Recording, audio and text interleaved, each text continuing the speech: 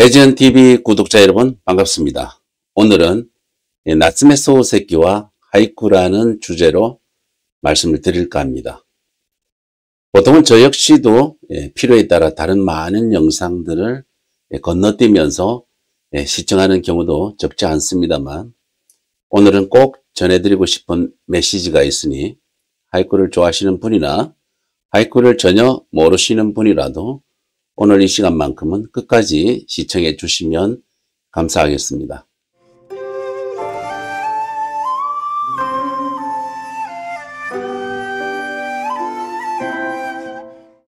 나츠메 소우세키는 나는 고양이로서이다, 도련님, 멋장, 마음, 고고로 등의 수많은 문학작품을 남긴 메이지 시대, 즉 일본 근대 소설가로 알려져 있습니다. 국내에서도 그의 작품이 우리말로 소개되어 많은 인기를 얻기도 했습니다. 나츠메 소우세키는 문학자로서의 시작이 하이쿠였다는 것을 여러분 혹시 알고 계신가요? 소설가로서 활약하는 평생 동안 약 2600여 구의 하이쿠를 읊었고 참신하고 세련된 하이쿠 작품은 지금도 많은 사람들에게 계속해서 사랑받고 있습니다. 그리고 나츠메 소우세키가 읊은 명구 중에서 겨울과 관련된 하이쿠를 소개해 드릴까 합니다. 나츠메 소우세키는 메이지 시대를 대표하는 문장가로서 작가뿐만 아니라 평론가, 그리고 대학 교수, 영문학자 등 다양한 분야에서 활약했습니다. 나츠메 소우세키가 마사오카 시키와 만난 것이 하이쿠 세계에 발을 내딛게 된 계기가 되었습니다. 나츠메 소우세키와 마사오카 시키는 제국대학 시절의 동창생이었는데 대학에 들어가기 전에 다녔던 대학 예비문에서 서로 처음 알게 되었습니다. 마사오카 시키가 쓴 나나쿠사슈, 즉 7초집이라는 한시문집을 나츠메 소우세키가 읽고 비평하였고, 그리고 나츠메 소우세키가 쓴 보크세츠로크, 즉 목설록이라는 기행문집을 마사오카 시키가 읽고 비평하는 형태로 서로 사이좋게 깊은 교류를 해 나가게 됩니다. 이 보크세츠로크는 1889년 메이지 22년 당시 학생이었던 나츠메 소우세키가 23세의 여름방학 때에 친구 4명과 보소, 즉 지금의 치바현에 여행을 가서 여행지에서 얻은 견문을 기록했던 그러한 한문 기행을 말합니다.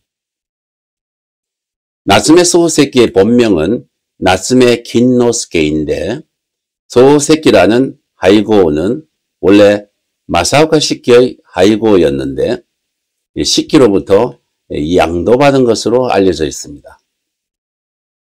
이 일을 보더라도 나츠메 소우세키의 하이쿠는 시키로부터 적지 않은 영향을 받았을 것이라고 짐작할 수 있습니다.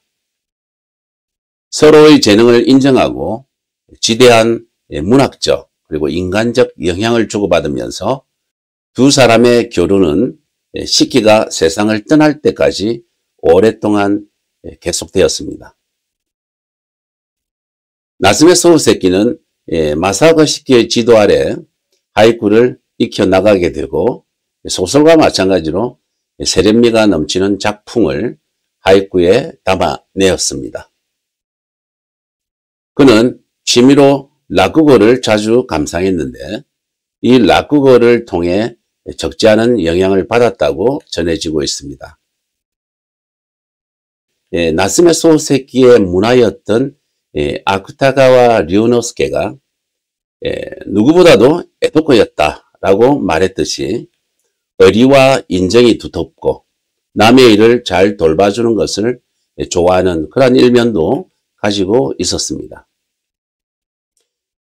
여기서 말씀드린 에도코라는 것은 도쿄의 옛 명칭인 에도에서 태어나서 자란 사람을 가리키는 말인데, 잠시 설명을 드리자면 18세기 후반에 센류의 에도거의 면모는 돈 씀씀이가 크고 호기가 있다고 소개되어 있습니다.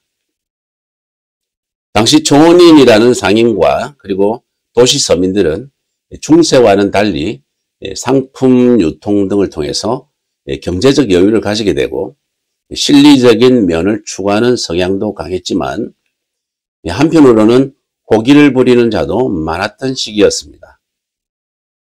다시 말해 에도에서 태어나서 성장했고 집안이 좋은 자로 남의 눈치를 보지 않고 자신의 고든 생각을 행동으로 일관하는 기질을 가진 사람을 에도꾸라 불렀다고 정리하시면 좋을 것 같습니다. 마사오카 시키는 나츠메 소세키에게 이렇게 말했다고 합니다. 영서를 잘 읽는 사람은 한서를 잘 읽을 수 없고 반대로 한서를 잘 읽을 수 있는 사람은 영서를 잘 읽을 수 없는 게 보통인데 양쪽 모두 능히 할 수 있는 소세키 너는 천만 중에 한 사람이라 해도 좋다.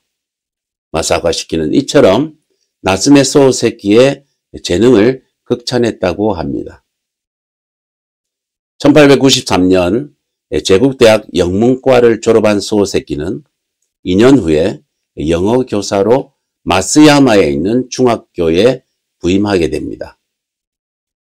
이 당시 구다부츠암이라는 곳에서 하숙을 하고 있었는데 1895년 8월 27일에 마사오카 시키가 찾아왔다고 합니다. 이후 잠깐 동안 얹혀 지낸 적이 있었는데 이를 계기로 하이쿠를 짓기 시작하게 되었습니다. 이 당시 소세키는 28세였습니다. 나츠메 소세키는 사실은 열심히 책을 읽으면서 공부하고 싶었는데 마사오카 시키가 동료를 많이 모아서 구회를 열어 너무 시끄러워 공부에 집중할 수 없어 어쩔 수 없이 그 구회에 참가했다는 재미있는 에피소드도 있습니다. 마음 잡고 열심히 공부하려다 마사오카 시키가 주재했던 이 하이쿠 구회가 너무 시끄러워 울며 겨자 먹기로 시작한 것이 하이쿠였다는데 우연이었는지 필연이었는지 확실히 알 수는 없지만 좀 우스꽝스러운 비하인드 스토리가 있었구나 하는 생각을 해볼 수 있겠습니다. 자, 여기까지 나츠메 소세키와 하이쿠와의 인연에 대해 말씀을 드렸는데 이제 나츠메 소세키의 겨울 관련 하이쿠를 한 구 함께 감상해 보았으면 합니다. 고가라시야 우미니 유히오 푸키오토스 고가라시야 우미니 유히오 푸키오토스 겨울 찬바람 석양조차 바다에 떨어뜨리네. 겨울 찬바람 석양조차 바다에 떨어뜨리네. 현대로 옮겨보면 초겨울 불어온 찬바람이 석양조차도 바다에 떨어뜨리고 말았구나. 바다로 풀어놓고 말았구나 등의 의미로 해석을 해볼 수 있겠는데요. 여기서 계절어는 초겨울 찬바람이라는 의미를 가진 찬바람목, 즉 고가라시입니다. 불어오는 바람이 워낙 강하여 순식간에 불타는 거대한 석양을 바다로 가라앉히는 듯한 웅대한 경치를 바라보면서 읊은 구라고 생각됩니다. 초겨울 찬바람이라는 의미를 가진 이 고가라시를 어인화하여 바람이 불어 이를 떨어뜨린다고 표현했는데 이를 통해 순식간에 석양이 지는 모습을 느낄 수 있습니다. 이 구는 영어교사 시절에 수학여행으로 아마쿠사, 시마바라로 갈 때 읊은 구로 이 그리스도교인 박해라는 가슴 아프고 냉혹한 역사가 스며있는 아마쿠사의 바다에 가라앉는 석양을 바라보면서 읊은구라 할 수 있겠습니다. 당시 기독교는 16세기의 짧은 기간 동안 이 나가사키와 아마쿠사 지역에 확산되었습니다. 불과 몇십 년 후인 1614년 에도 막부가 신앙을 금지했고 기독교인들은 불교로 개종하거나 기독교인임을 숨기고 살아가거나 아니면 고문과 사형을 당하며 박해를 받아야 했습니다. 많은 기독교인들이 신앙을 부인하도록 강요당했지만 비밀리에 종교활동을 지속할 방법을 찾는 교인들도 많았습니다.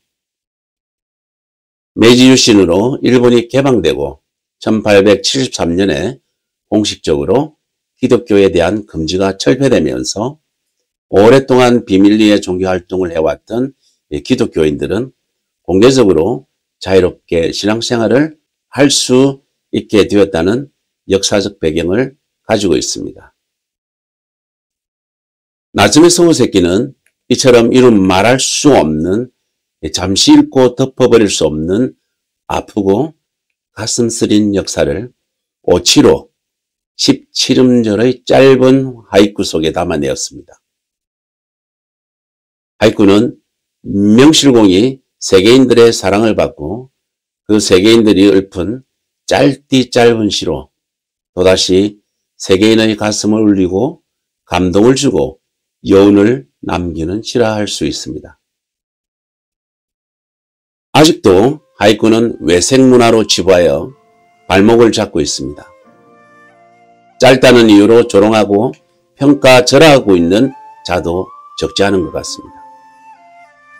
여기서 구체적으로 어떤 자들인지 말씀을 드리지는 않겠지만 하이쿠는 17음절로 표현하는 형식을 가지고 있지만 절제와 비음의 미학을 가지고 있을 뿐만 아니라 그 속에는 바다보다도 깊고 우주보다도 넓은 인간의 소중한 마음이 고스란히 녹아있는, 우리 삶과 더불어 숨쉬고 있는, 그리고 자유로운 문학이라는 것을 결코 잊지 말아야 할 것입니다. 앞으로는 지식과 자격을 필요로 하지 않고 남녀노소 할 것 없이 누구나 즐길 수 있는 하이쿠로서 우리의 일상 속에서도 당당히 거듭났으면 합니다. 우리말 우리글로 우리 것을 담아서 다시 세계로 발신한다면 그것이 바로 우리의 하이쿠가 되는 것이 아니겠습니까? 한 번쯤 생각해 봅시다. 끝으로 오늘 소개해드린 나츠메 소호세키의 구를 다시 한번 함께 읊어보시면서 마치도록 하겠습니다.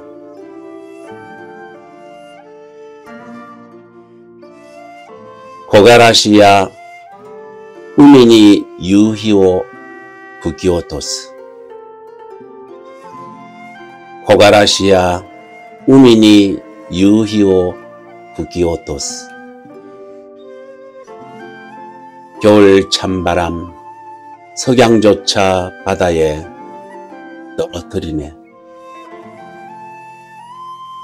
겨울 찬바람 석양조차 바다에 떨어뜨리네. 나츠메 소호세키. 오늘 하루도 하이쿠와 함께 건강하고 행복한 하루 되시길 바랍니다. 감사합니다.